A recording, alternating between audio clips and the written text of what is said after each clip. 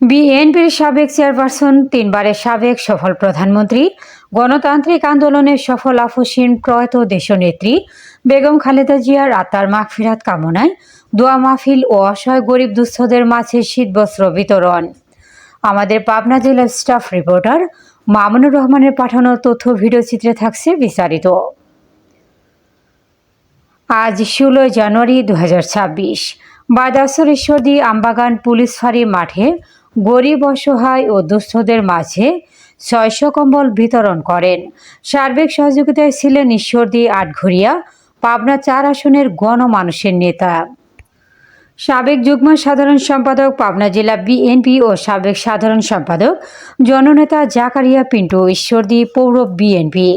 প্রধান অতিথি সাবেক ঈশ্বরদী পৌরসভার সফল প্যানেল মেয়র ও ঈশ্বরদী বণিক সমিতির সাধারণ সম্পাদক আনোয়ার হোসেন জনি।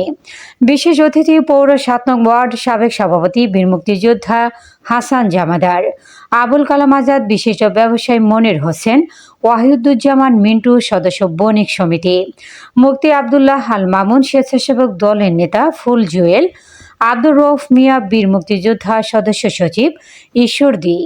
অত্র এলাকার গণ্যমান্য ব্যক্তিবর্গ উপস্থিত ছিলেন। আয়োজনে মোহাম্মদ আনোয়ার হোসেন জনি, সাবেক কাউন্সিলর ও প্যানেল মেয়র 7 নং ওয়ার্ড। প্রধানমন্ত্রী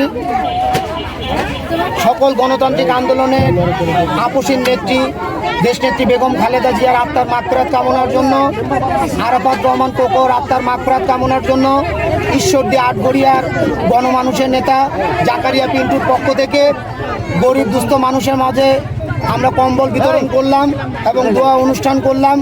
মহান আল্লাহ তাআলা যেন আমাদের নেত্রী, আমাদের প্রয়াত দেশনেত্রী, আমাদের মা, গণতন্ত্রের মা দেশনেত্রী বেগম খালেদা জিয়া, শহীদ রাষ্ট্রপতি জিয়াউর রহমান এবং আরাফাত রহমান কোকো সহ বিএনপির গত 17 বছর আন্দোলন সংগ্রাম করতে গিয়ে যে সমস্ত নেতাকর্মীরা তাদের জীবন দিয়েছেন, আত্মাহুতি দিয়েছেন এবং